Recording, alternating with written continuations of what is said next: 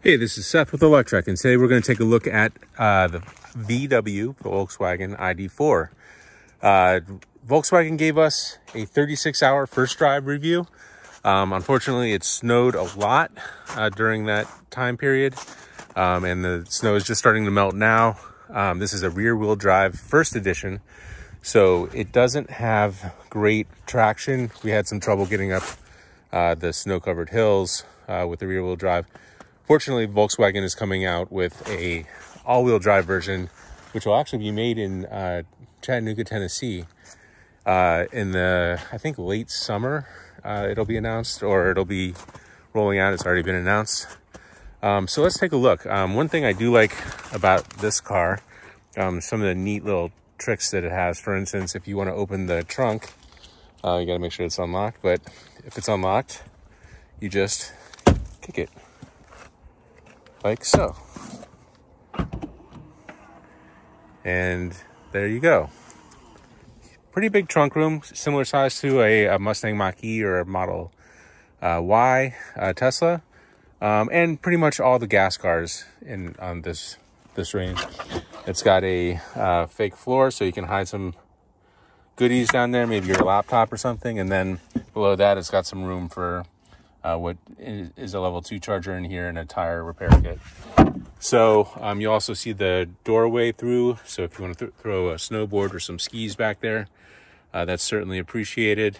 Yeah, that's about it for the back. It does have some of the nice room on the sides here as well. I think you could probably fit a nice big folding bike in here. And if you put the seats down, you could probably fit a regular size bike. So, close that. Another thing I like, so I'm coming off a Tesla and a Ford Mach-E, some normal doorknobs, or door handles. You just open it like you open a door. It's kind of interesting. This is the first edition, so it's got the white steering wheel and white background here. One thing I don't quite like is that it has the gear shifter up here, and it's forward, reverse, or actually drive, and then regenerative drive is the second one, which that's quite annoying to me. You can also see Apple CarPlay in action, running Google Maps. It also runs Android Auto quite well. We've had some time to play with that. Most people use CarPlay or Android Auto as their main interface into the car, and here it works really well. It's got all my apps. I'm a big Spotify listener, so that's kind of where I go to. PlugShare is also on there, ChargePoint. Let's see what else we can think about here. We should look at the Volkswagen app, which kind of brings you back into, it kind of brings you out of the CarPlay experience. There's a bunch of other menus. I don't really have a ton of time to deal with this stuff, but it has its own navigation system, which works from the steering wheel here, which is nice. It actually isn't too shabby. It's a little bit better than some of the other car navigation systems I've used.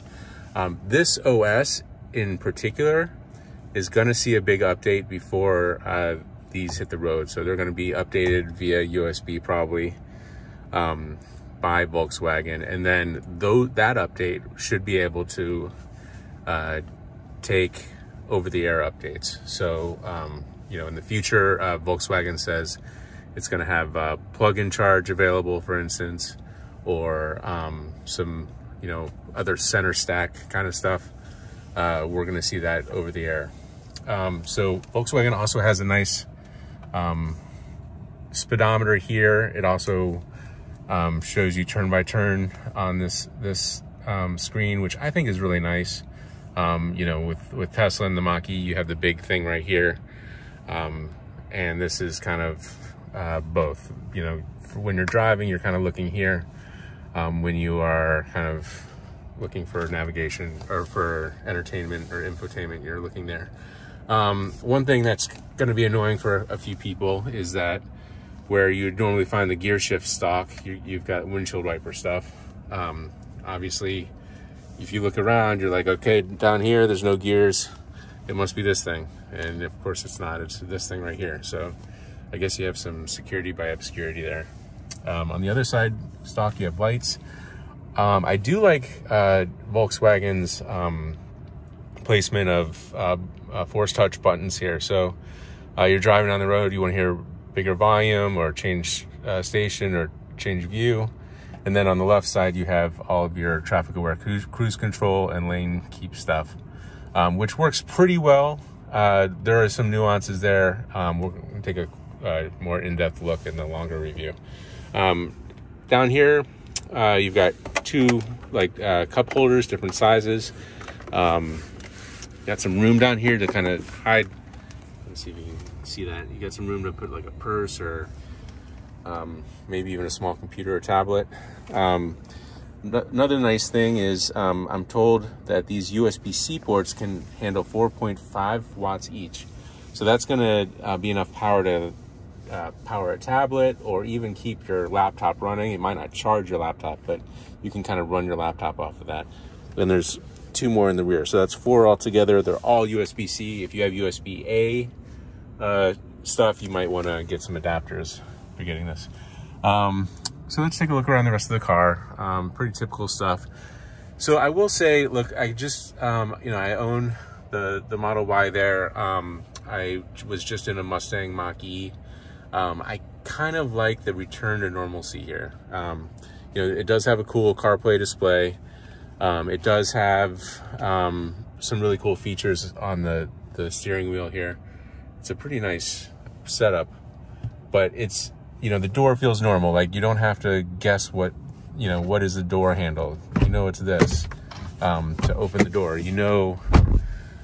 Some typical stuff. Also, there's some interesting things like mood lighting down here, and then across the top of here, right below the windshield, there's another light that comes on if you're about to hit somebody. It's red. If you're charging, it's green, and it changes color. So those are all nice touches. I think they did a really good job with the interior. It's not, it's not super luxury.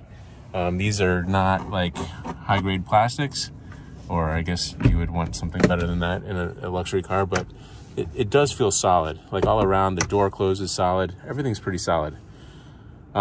So let's see what's in the trunk, or the frunk, or the lack of frunk. But before that, let's take a quick look. Again, you got a little light under the door handle, and it's super easy to open. And we showed you the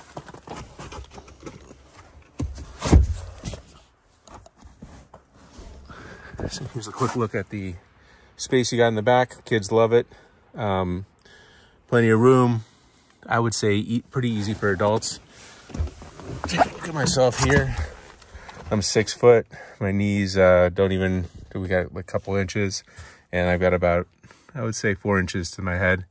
The roof actually looks like it's solid, but it's actually a glass roof with this fiber covering that comes off. But one of the OS problems is that won't come off right now. So I guess when the betas, or when the final version comes out, we can take a look at the glass roof. So getting out again. See how those doors close? They don't rattle. It's kind of nice. All right, so this is going to be very anticlimactic for most EV drivers. It looks like an engine. It's got windshield wiper fluid and a bunch of stuff you're not supposed to touch.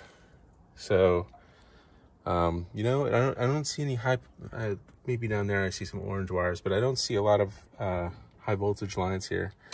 So I'm curious about what all this stuff is. I'll have to take a closer look at some point, but there's nowhere to put anything. So no frunk space on this one.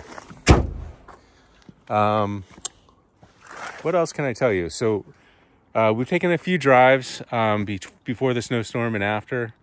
Overall, I would say I really like it. It's I guess Volkswagen kind of said it best. This isn't a car for millionaires, it's a car for the millions. So they want to get this into as many hands as possible. They're putting it up against, instead of electric vehicles, they're putting it up against the internal combustion engine SUVs or CUVs in this kind of size range and price range. So I really like what VW is doing here. I think this is a great car. And I think that's it for today. We'll have a longer review at some point in the near future. This is Seth with Electrek, and this is the VW ID.4 First Edition. Thank you.